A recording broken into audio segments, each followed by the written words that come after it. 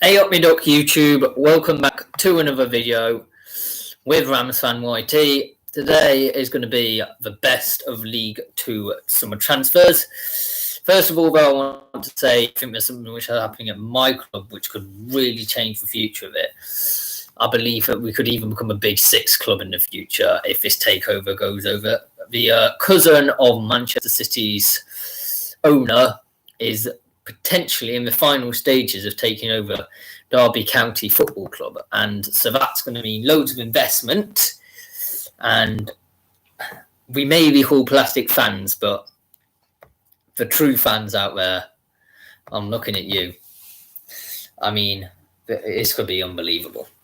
Let's just go into the League 2 though, and their best transfers. Starting with Barrow, I've gone for Yohan Zouma. He's young at the age of 22, and he made 23 appearances for Bolton in League One. Most notable, perhaps, is that he is the brother to Chelsea's defender, Kurt Zouma. He has some really good attributes. He's quick, he defends in space behind very well, and is a good player for the future, I think. One to watch, potentially. Bolton Wanderers, I've gone with, there's so many, that I went with Ricardo Santos. He's had solid performances against Harrogate and Grimsby. The centre-back is one of only 3 players to have played every minute so far for the club. Although, to be fair, I don't know if he played over weekend. Haven't the stats aren't updated since then. He shows in training how good he can be, but on the pitch, he's not quite convinced enough yet, fans. He had a clean sheet against Harrogate, though. The 25-year-old made 84 appearances for Barnet over the last 3 seasons. And I have to say, Barnet is one of the best non-league clubs. So, you know, I think room to improve, but a good signing nonetheless. Bradford City, I've gone for Levi Sutton. He stuck it out with Scunthorpe through good and bad. This shows how loyal he is. He plays as a right-back or centre-half. Despite being only 24, he is very experienced. Fans of Scunthorpe can't even believe he was released. He can even play in midfield, and he's made 68 appearances for the Iron and scored once during that time. He's a totally committed player with a desire to be a footballer. He will give everything he's got, no matter what the position he is going to be playing. So I wish him the best with Bradford. Cambridge United are gone with Paul Digby. The 25-year-old made 20 appearances for Stevenage last season. He has good experience for his age and can make the team better. He also played in the England youth setup. He managed to get Forest Green Rovers to the playoffs 2 seasons ago as well. So a really astute signing there, I think. Carlisle United, I've gone with Conor Malley. And at the age of 20, he needs to start getting games under his belt. He did play 5 games at Ayr United last season before COVID-19 curtailed the season. But he did score during that time, to be fair. He's a talent for sure, and I believe he could break into the Middlesbrough team, give him a chance. But more likely, I think he's going to be sticking it out in a lower league. Cheltenham Town have gone with Andy Williams. I believe for Cheltenham to push on, they need more goals in the team. And this is why Williams has been brought in. He's scored 4 times in 9 appearances for Cheltenham. This proves he has a scoring record in League 1 and League 2. And not only does he bring where the back of the not only does he know where the back of the net is, he brings experience too. His movement and finishing is excellent, and with experience of getting out of the league, this is a great signing for them. The Colchester United are gone with Shamel George. The 22-year-old is very young for a goalkeeper, but nevertheless is a great replacement for Ethan Ross. He spent 13 years at Liverpool. At 6'3", he made 6 appearances for Liverpool's in the 23s. He's a wealth of experience with spells at Carlisle United, Tranmere Rovers and Marine. He has excellent pedigree, works hard in training and comfortable with the ball at his feet. During the pre-season match against Gillingham, he made 2 one-on-one saves, and he just pulled off a masterstroke in that game. I know he's there to be a reserve goalkeeper, but I think he'll do a job when called upon. Crawley Town have gone with Sam Ashford. The 24-year-old played twice for England's C squad. This proves he is one of the best players in non-league, to be fair. His goal record is insane, with last season scoring 15 goals in 31 games, and has scored against Millwall in the EFL Cup. He is a versatile player, as he can play either a centre-forward or as a winger. Exeter City have gone with Lewis Page. The 24-year-old left-back spent 3.5 years with Charlton, making 27 appearances. Unfortunately, he is a bit injury-prone. However, the dribbling on the left-hand side is unbelievable, with 83% successful dribbles per game. The Forest Green Rovers have gone for Jordan Moore-Taylor, or JMT. I think people have taken me calling him. The 26-year-old has spent the last 2 seasons with MK Dons. I believe he will fit in well with the club, and during his time with Exeter, he made almost 200 appearances for them, including captaining them at Wembley.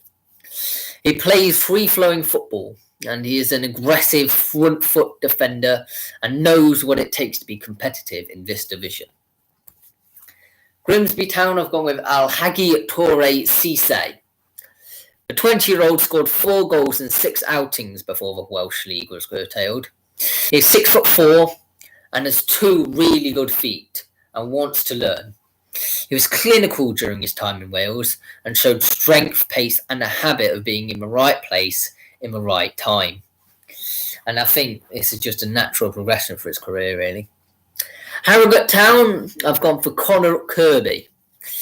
Last season, he was on loan at Macclesfield and came second in Player of the Season during that season. During last season. He's an energetic central midfielder. He can attack with confidence and is still young at the age of 21. He has good pedigree and wins second and first balls. He has made 40 appearances at this level and 4 for Sheffield Wednesday. For Leyton Orient, I've gone for Ousseini Cisse, if that's how you pronounce the name. Last season, he came to Leyton on loan and made 10 appearances, so knows the club. He was also part of the MK Dons squad that got promoted. He is versatile and can play from central midfield to centre-back. He used to play for Marley, and his vision and passing is sublime. For Mansfield Town, I've gone for Farron Rawson. During his time at Forest Green Rovers, he made 97 appearances and scored 4 times. His height is very impressive at 193 centimetres. He came from Derby County's academy. I mean, he looked really good during that time when I saw him. What Mansfield need is to stop conceding goals, and he will help with this. He has reached the playoff semi-final already. Despite being relatively young, he still has a lot of experience. He is a commanding figure in the box and hard-working. For Morecambe, I've gone for Liam Gibson.